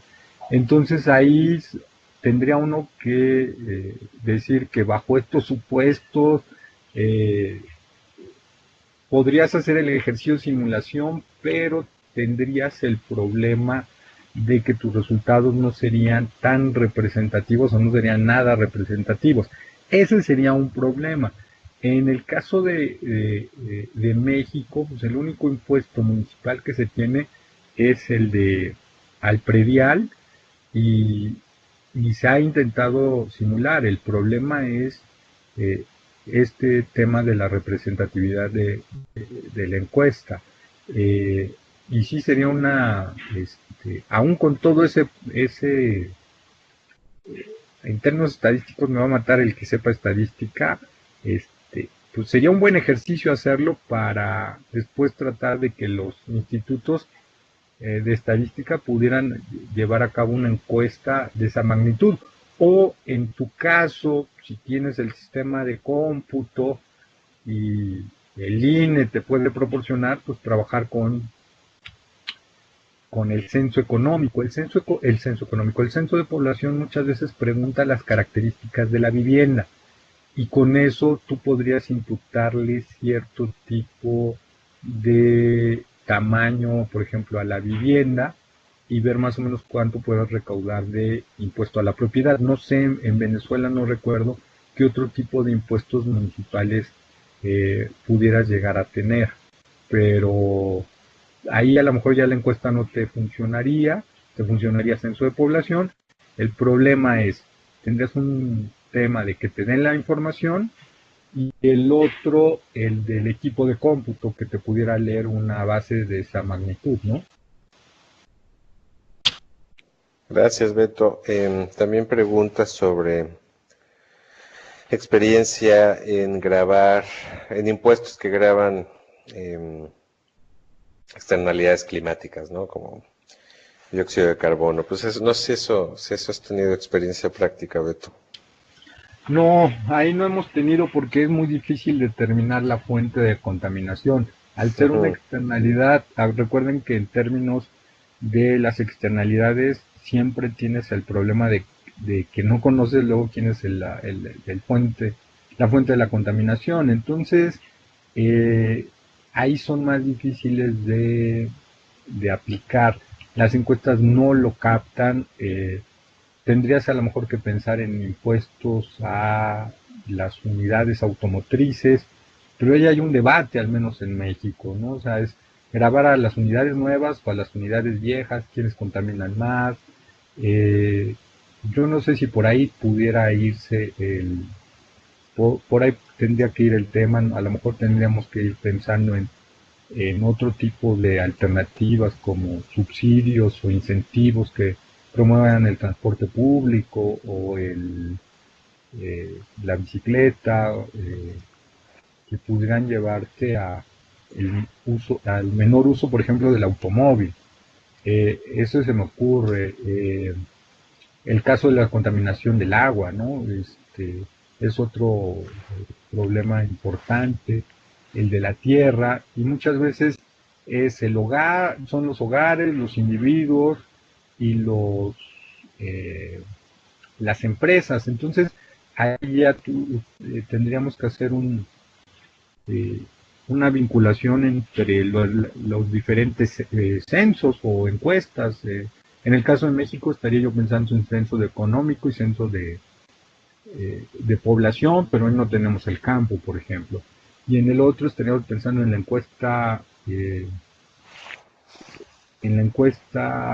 de empleo y en la encuesta de ingreso-gasto. Entonces, la parte de impuestos ambientales me parece que es importante, pero en muchos países de América Latina apenas se está discutiendo. El único caso que yo recuerdo es el de Brasil, el que hicieron los brasileños en el primer ejercicio que coordinó López Calva y Ursúa, y que ellos sí tienen muchos impuestos ambientales, pero es el único que yo recuerdo, ¿no? Sí, la verdad es que sí, apenas está en discusión. Sí, no hay tanta experiencia de eso en América Latina. Y por otro lado, recordar además, o sea, tener en cuenta que los ejercicios de microsimulación sobre los que nos hemos enfocado, es un tema de efectos distributivos a partir de hogares, ¿no? Digamos, todo lo que concierne a hogares, ¿no? Entonces, la parte de empresas, corporaciones, todo lo distinto a hogares que pudiese ser mucho más evidente identificar como una fuente clara de externalidades negativas en este caso, pues no lo estamos considerando, ¿no? En efecto, ya tendríamos que hacer algún otro tipo de imputaciones, no sé, por ejemplo, si tuviéramos acceso a las declaraciones de impuestos de los grandes contribuyentes de las corporaciones, sería maravilloso, ¿no? Muy pocos países lo han permitido en América Latina, solamente Chile y por ahí Ecuador, me parece, o Colombia, no recuerdo, pues dieron acceso ahí, confidencial y todo, pero dieron acceso para hacer algunos ejercicios vinculando esa info con la encuesta de hogares y entonces tener una distribución de ingresos digamos, ajustada con esa información. Entonces, teniendo esa información, bueno, pues uno puede seguramente hacer la misma lógica de imputación con otras fuentes de datos como esto, ¿no? Lo de posibles impuestos ambientales, ¿no? Sobre todo a corporaciones. Yo ahí, nada más, o sea, por supuesto creo que la parte de impuestos verdes es un área de oportunidad muy grande para ejercicios de microsimulación, pero lo que sí hay es, por ejemplo, este impuesto a los vehículos, a la propiedad de los vehículos, que en México se llama la tenencia. La tenencia, claro. Y que ahora, recientemente, la política es que los autos eléctricos o híbridos no tienen que pagar la tenencia. Entonces sí sería un ejercicio interesante ver ahí cuál es el efecto redistributivo de una medida como esta y compararla con otras cosas que también tienen incidencia en, si la encuesta lo permite, por ejemplo, si podemos saber qué tipo de transporte público utiliza la gente, los subsidios que algunas de estas formas de transporte público reciben, como el metro, ¿no? En algunos lugares. Entonces, creo que incluso para la parte de hogares ahí habría tela de dónde cortar con relación a esto, pero en efecto, pues es terreno que no se ha explorado mucho, ¿no? Todavía. Sí, hay un buen giro por ahí, porque además el impuesto a la tenencia en algunos países, en los ejercicios que se han hecho, si bien puede tener una vinculación, digamos, a un propósito digamos, con orientación a no contaminar, o ser un impuesto a la contaminación, O sea, en muchos países se trata además como un impuesto sobre la renta, ¿no? Me parece, Alberto. Sí, sí, Sí, sí, ¿no? sí. Eh, sí, bueno. A ver, María Estela Sanabria Sotelo, Paraguay. En mi país, Paraguay, se comenzó a implementar impuestos sobre la renta al ingreso bruto, pero pues le parece a Mirla Estela, considera que es injusto pagar algo, un impuesto sobre algo que no se percibe. Entonces le gustaría saber cómo se aplica este impuesto en otros países. Alberto, ¿tú quisieras agregar algo ahí? Eh, la verdad es que no sé si eso tenga que ver con el tema de las posibilidades que tiene la población de trabajar o la capacidad de trabajo que tiene la población. Es una discusión de el problema para grabar justamente al ISR. No sé si eso se refiera, la verdad es que eh, no conozco, Pues no sabía de ese caso. O sea que, son muy pocos los países que no cobran un ISR, ¿no? Un impuesto sobre la renta. Creo que entre ellos es Bolivia y hasta donde yo recuerdo en la región no recuerdo otro, pues. ujú.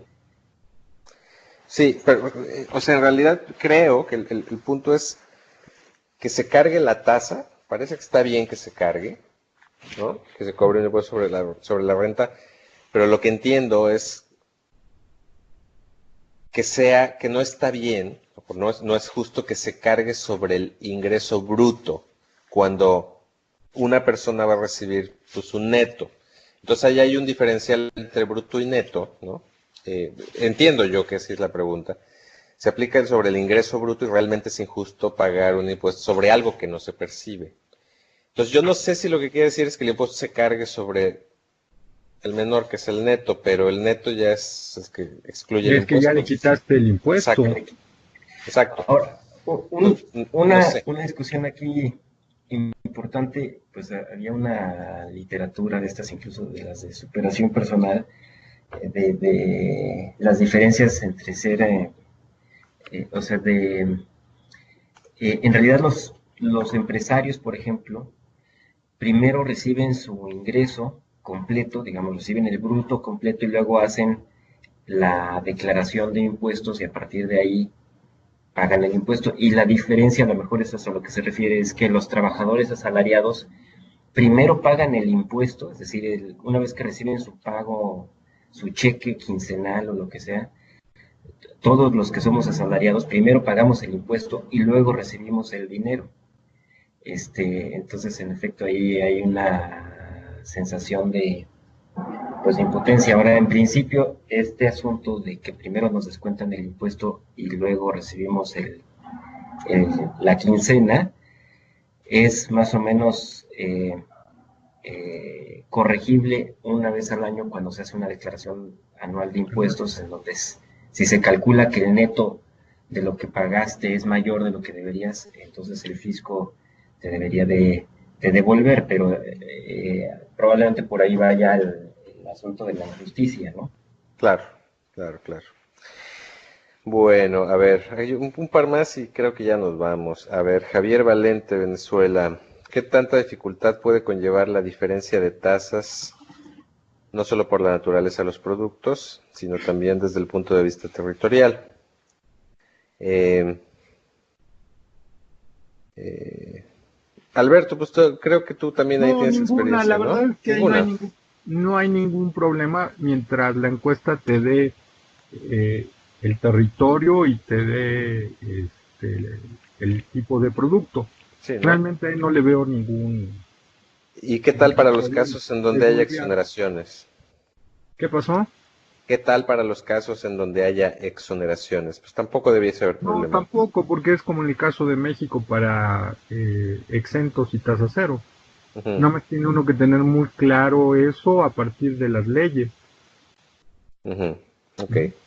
A ver, la última me parece. José Antonio Ruge Bolívar de Colombia pregunta si el impuesto de renta, que en los documentos solo hablan de asalariados y trabajadores independientes, se pueden incluir los impuestos sobre los bienes raíces es decir, sobre la tierra, casas, edificios, como es el caso de Colombia, sí, ¿no? Ahí es un poco también con lo del predial y esta parte, porque la encuesta luego no te reporta el tamaño, bueno, al menos las que yo he revisado, no te reportan los metros cuadrados del terreno. O sea, sí te reportan las características, pero no ni los metros cuadrados de construcción, ni, pues, ni los tamaños de habitación. Entonces, por ahí es más difícil calcular el impuesto inmobiliario, ¿no? Sí, depende de nuevo de la información que venga en la encuesta, ¿no? Pero mira, ahí a lo mejor puedes hacer unos supuestos ahí medio heroicos, en pensar en cuánto mide en promedio una casa de un decil pobre y cuánto la de un decil más rico, y a partir de ahí quitarle un impuesto a las dimensiones de las casas y a lo mejor por la zona, pero eso pero sería ya más, les digo, ahí es de creatividad y sí, de pues es que ya hay todo un imaginación. tema, hay todo un tema con la localización de la vivienda, con el material de la construcción, que pues no es, tendría que ser Sí. supuestos muy heroicos, ¿no? No, y ahí también tendrías que ver en términos de economía urbana, si hay segregación Claro, espacial, ¿no? Porque claro. también hay en zonas, por ejemplo, en la Ciudad de México, o en Caracas, en Quito, en donde sí están muy zonificados los ricos con los ricos, los pobres con los pobres. Pero, por ejemplo, en el caso de la ciudad de Tijuana, en México, pues ahí tú puedes encontrarte desde casas muy lujosas y junto a una casa de cartón. Entonces, ahí no hay segregación espacial o Sí, ¿sí? Entonces, esas cosas hay que tenerlas en cuenta. eso, sí. Bueno, otro caso es el de Santiago, ¿no? También Santiago de Chile, Ujú. ¿no? Una avenida te divide dos ciudades, ¿no? Prácticamente. A ver, ahora sí la última, de Delia Edith, perdón, colegas. Yo Ya que pensé que estamos. Ramón nos iba a invitar a República Dominicana, o el chico de Colombia nos iba a invitar a Colombia a seguir con las preguntas. eh, a ver, de Ecuador, quiero consultar si de manera general los impuestos mencionados de herencia y plusvalía suelen tener efecto progresivo o regresivo en la reducción de la pobreza y la inequidad. Bueno, o sea, hay evidencia incipiente, ¿no? Que es bastante progresivo, de hecho. Ahora, ¿cuáles serían las condiciones para una correcta aplicación? Iván, Alberto, ¿quieren agregar algo sobre condiciones? Yo desconozco este impuesto en realidad, cómo operan, ¿no? Eh, bueno, en el caso de las herencias, el problema es que hay muchas formas de repente de eludir ese impuesto. Acá, ¿Qué pasó? Bueno, no, bueno. adelante, Alberto, es que En yo que dejé de los escuchar, pero mismos adelante. familiares se pueden vender la casa a precios muy por abajo del mercado y pudieran hasta no pagar el impuesto de las herencias, ¿no? Eh, Ahí sí es difícil hasta de modelar y ver qué tanto puede ser progresivo o regresivo, ¿no? Que es el tema de, eh, de los impuestos directos, que son más fáciles de evadir y de eludir, ¿no? Ese es el mismo problema que tenemos con todo lo que tenga que ver con ingresos. No sé Sí, si respondo ahí a la pregunta. sí, sí, Beto. Sí, pues no es muy obvio. La verdad es que yo no conozco muy bien ese caso. Sé por otros países, además, otras regiones, principalmente países avanzados, que digamos, el efecto de este tipo de impuestos pues es bastante progresivo y pro pobre, ¿no? Además, entonces, Así es. Yo también eso es eh, lo que sabía más o menos. Eh, digo, también depende de de cuál sea la definición del exacto. impuesto, pero en principio si la idea es principalmente tasar las grandes herencias de propiedad, pues en efecto, si está bien definido, pues puede ser un impuesto muy progresivo y muy pro pobre, como dice Alberto, ¿no? Eduardo, que Exacto. Bueno, colegas, pues parece que no hay más. Gracias a los colegas docentes, Iván y Alberto, y a todos los colegas de la escuela, que nos facilitaron pues, estas herramientas técnicas, ¿no? Para transmitir y poder mostrar y hablar y y a todos los alumnos y alumnas de mi parte, ¿no? Muchas gracias por el interés y todo, y pues que tengan muy buenas fiestas a quienes celebren las Navidades y estas cosas. Eso, pues, gracias Beto, Iván, ustedes tomarán la palabra. Igualmente, muchísimas gracias a todos, a los docentes, a todo el equipo técnico atrás, a los otros Ivanes, en fin, a todo el mundo allá en Colombia que nos estuvo ayudando con este curso y por supuesto a todos los estudiantes. Muchísimas gracias. Bueno, gracias a todos, a todos los que nos apoyaron desde Colombia y a todos unas muy, pero muy divertidas fiestas. Y bueno, gracias por su atención. Gracias, que esté muy bien, nos vemos pronto en otro curso. Hola. Hola, Iván. No, Iván aquí de Colombia, del equipo de gestión de conocimiento, igualmente agradecerles. Por favor, pues invitarlos a los estudiantes a que completen las actividades pendientes y para comentarles también, Eduardo, Iván y Alberto, la posibilidad de extender la entrega del trabajo de la unidad 6 por lo menos hasta el día de mañana. Vimos que hubo algunas dudas que se lograron dar solución hoy, entonces invitarlos a que completen sus actividades, las encuestas de satisfacción y en lo posible los que ya están finalizando esta actividad de la unidad 6, no sé qué opinan también ustedes si extendemos hasta mañana esta entrega. Por mí no hay ningún problema, ¿eh? Ningún problema. Ok. Bueno, súper bien. Igual, felices fiestas, feliz diciembre, que todo esté lleno de éxitos en el año que viene. Muchísimas gracias. Muchas gracias, Iván, por todo. Que esté muy bien. Gracias, Iván. Que esté muy bien.